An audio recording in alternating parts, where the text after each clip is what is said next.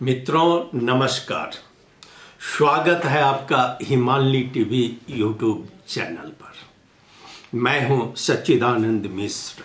दोस्तों, चर्चा है भारतीय विदेश सचिव का नेपाल भ्रमण का। पिछले दिनों 2 दिन की अपनी यात्रा पूरा करके भारतीय विदेश सचिव श्री विक्रम मिश्री वापस दिल्ली पहुंच चुके हैं। उनका तूफानी दौरा रहा काठमांडू में और इतने कम समय में इतने ज़्यादा लोगों से उन्होंने बातचीत की, वह चर्चा का विषय बना हुआ है कि एक ही बार आकर 2 दिन में इतने लोगों से बातचीत करके वो वापस गए।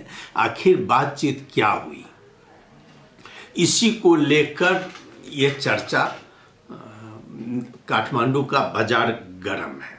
यहाँ तक कि कुछ प्रमुख पत्रिका बहुत ही शंका की दृष्टिकोण से देख रही है, लेकिन विदेश सचिव ने जिन जिन लोगों से बात किया वो करीब करीब सभी संतुष्ट है।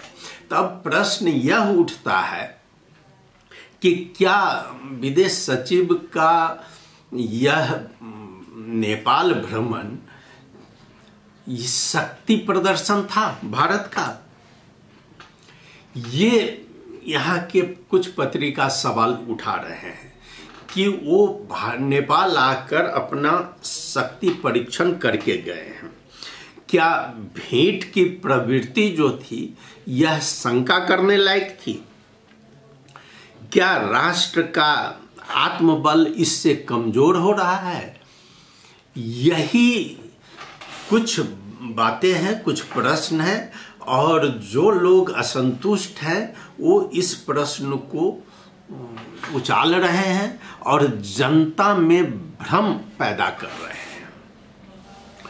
तो मैं बात कर रहा हूं कि विदेश सचिव जो यहाँ पर आके राष्ट्रपति से मिले, प्रधानमंत्री से मिले, और जो पूर्व प्रधानमंत्री थे उनसे भी बातें हुई, उप प्रधानमंत्री से बात हुई, गृह मंत्री, अर्थ मंत्री से भी मिलकर वो गए हैं, और सभी ने करीब करीब अपनी संतुष्टि जताई है। बातचीत के दौरान जो जो मुद्दा हुआ, हाँ कुछ मसला है जो कि बाहर नहीं आया है, लेकिन इसी बीच में नेपाल को जो फायदा हुआ है सो विदेश मंत्री आरजू राणा देउपा से जो बात हुई श्री मिश्री जी का, उसमें करीब करीब हमारे विदेश मंत्री आरजू ने सभी मुद्दा उनके समक्ष रख दिया और उनका जो प्रस्ताव था वह प्रस्ताव से अवगत कराया विदेश सचिव को, जो कि बाद में जो विदेश मंत्री स्तरीय बात होगी उसमें सहूलियत होगी। हाँ, यह बात अलग है कि यह एक संयोग ही है कि विदेश सचिव श्री विक्रम मिश्री का जिस दिन वहाँ नियुक्ति हो रहा था, नियुक्ति पत्र बुझ रहे थे, उसी दिन नेपाल में वर्तमान प्रधानमंत्री के.पी. शर्मा ओली की भी नियुक्ति हो रही थी। हाँ, संजोग बस नेपाल में आषाढ़ 31 यानी कि जुलाई 15 जिस दिन नेपाल के प्रधानमंत्री शपथ ले रहे थे, उसी दिन विदेश सचिव श्री विक्रम मिश्री जी का भी नियुक्ति वहाँ पर हुई थी दिल्ली में। और इसी को जैसा कि यहाँ कहा गया है, यह विदेश सचिव, नेपाल के विदेश सचिव ने कहा कि यह उनका परिचयात्मक भ्रमण है, और था भी वही। लेकिन भारत अब बहुत चौकन्ना है, खास करके बांग्लादेश का जो अभी घटना हुई है उससे और भी चौकन्ना है। तो वो अब कोई कसर नहीं छोड़ना चाहती है, और इसमें बहुत तेजी गति से विदेश सचिव नेपाल आए हैं और इतने लोगों से मिलकर गए हैं जो कि भविष्य में नेपाल को ही नहीं भारत को भी फायदा होगा, और नेपाल को तो होना ही है। चूंकि जितने मुद्दा है नेपाल का करीब करीब वो सभी का जायजा लेकर और तब वो भारत गए हैं। तो एक प्रकार से देखिए तो यह बहुत बड़ा होमवर्क की तैयारी हुई है। आगामी जब दोनों देश अब आगे जो सम्मेलन होने वाला है थाईलैंड में, वहाँ पर बात हो रही है कि हमारे प्रधानमंत्री को और वहाँ भारत के प्रधानमंत्री का भी साइड टॉक कराया जाए, तो सभी में ये फायदा हो रहा है। और नेपाल को भी इतना फायदा हुआ कि आरजू देवबा जी ने अपना सभी मुद्दा जिसमें कि उनके समक्ष रखा गया है, मैं बता दूं कि आरजू देवबा ने हवाई मार्ग की भी चर्चा की, जिसमें कि नेपाल को अंतर्राष्ट्रीय हवाई अड्डा भैरहवा और पोखरा है, इस सब के लिए भारत से वायु मार्ग नहीं मिला है, उसके लिए भी उन्होंने विदेश सचिव के समक्ष रखा।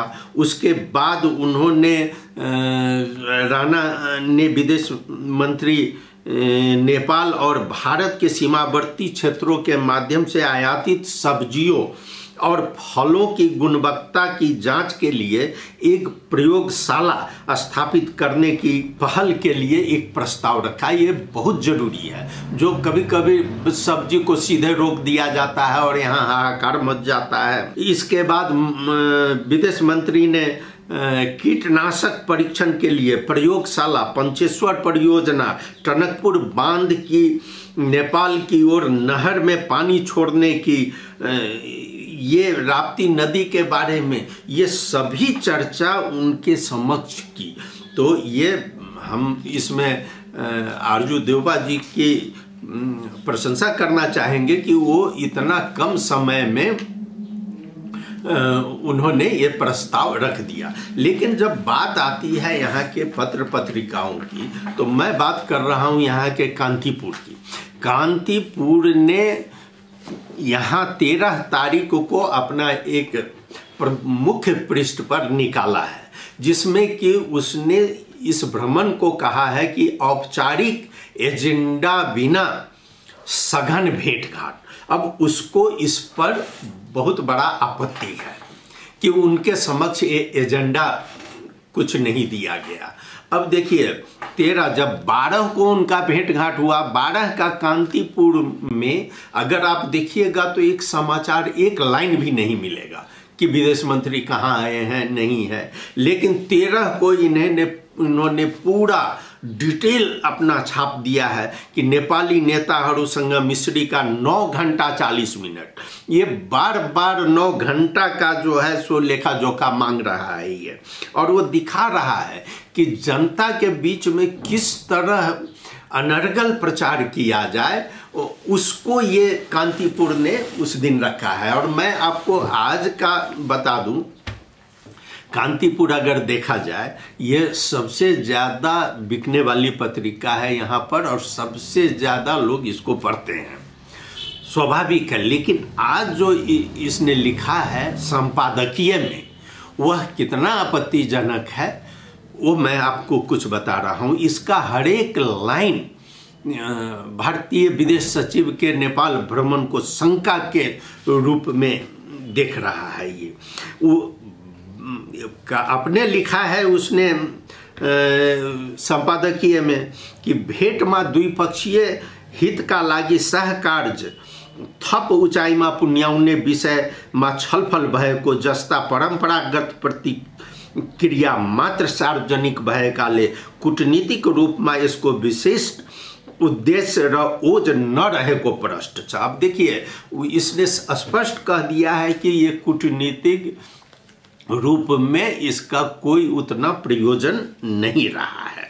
अब आपको मैं बता दूं कि इसका आपत्ति क्या है कि ये पूछ रहा है कि यहाँ पर कौन कौन सा वो एजेंडा है जिस एजेंडा पर बात हुई है, और वह एजेंडा जनता के बीच में नहीं लाया गया है।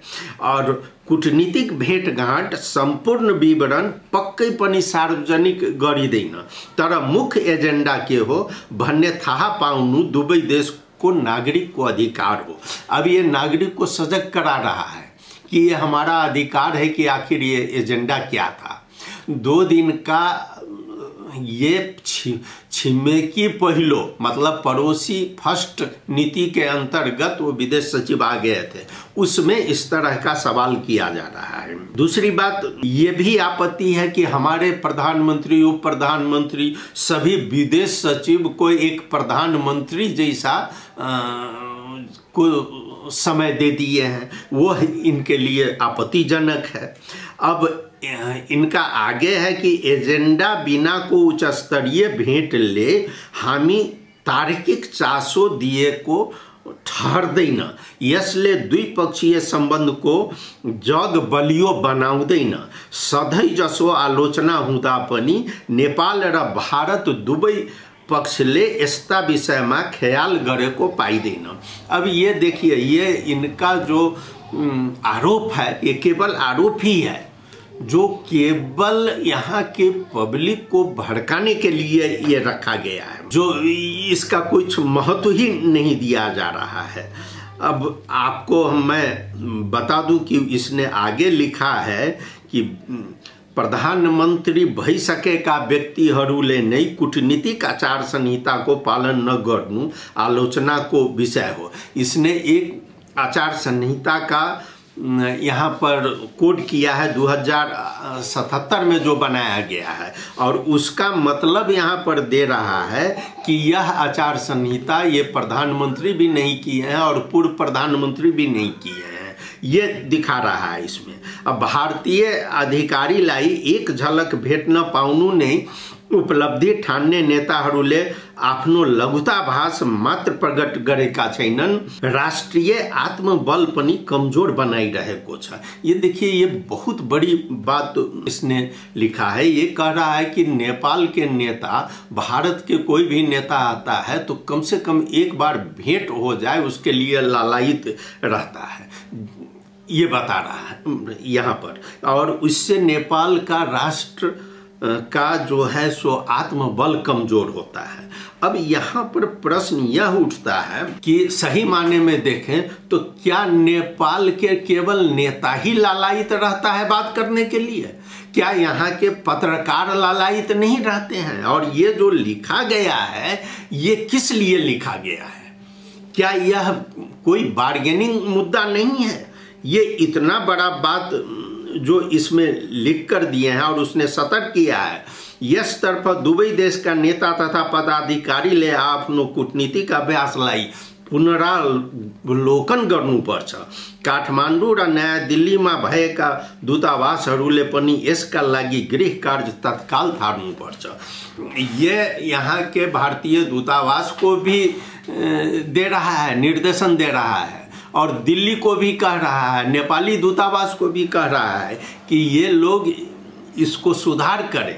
अब सवाल यह है कि ये अभी कांतिपुर में ऐसा क्यों लिखा गया है? क्या पत्रकार लालायित नहीं रहता है? भारत से कोई आदमी आए, या इनको नहीं बुलाया गया है उसमें? या अगर देखा जाए तो सबसे बड़ी बात है कि अब 15 अगस्त 2 दिन बाद है, और 15 अगस्त में भारतीय दूतावास से प्रचारात्मक सामग्री यहाँ एडवर्टोरियल के रूप में प्रकाशित किया जाता है, और उसमें हो सकता है कि उसका भी बार्गेनिंग हो, उस पर भी प्रभाव रखना हो। जो 10 लाख का 20 लाख मिले, 25 लाख का 50 लाख मिले, इस तरह का बार्गेनिंग का शंका का जगह यहाँ पर नहीं है। यह भी देखा जा रहा है कि ये किस तरह भारत को अपने अंदर और पत्रकारिता से डराकर उसको, चाहे दूतावास को अपने काबू में करना चाह रहा है, वह आज के संपादकीय से दिखता है। मित्रों, मैं आज इतना ही आपके समक्ष रख रहा हूं। आप भी संपादकीय पढ़ सकते हैं, कांतिपुर देख सकते हैं, और आपको स्पष्ट हो जाएगा कि क्या चाह रही है कांतिपुर। आपने सुना, बहुत बहुत धन्यवाद। नमस्कार।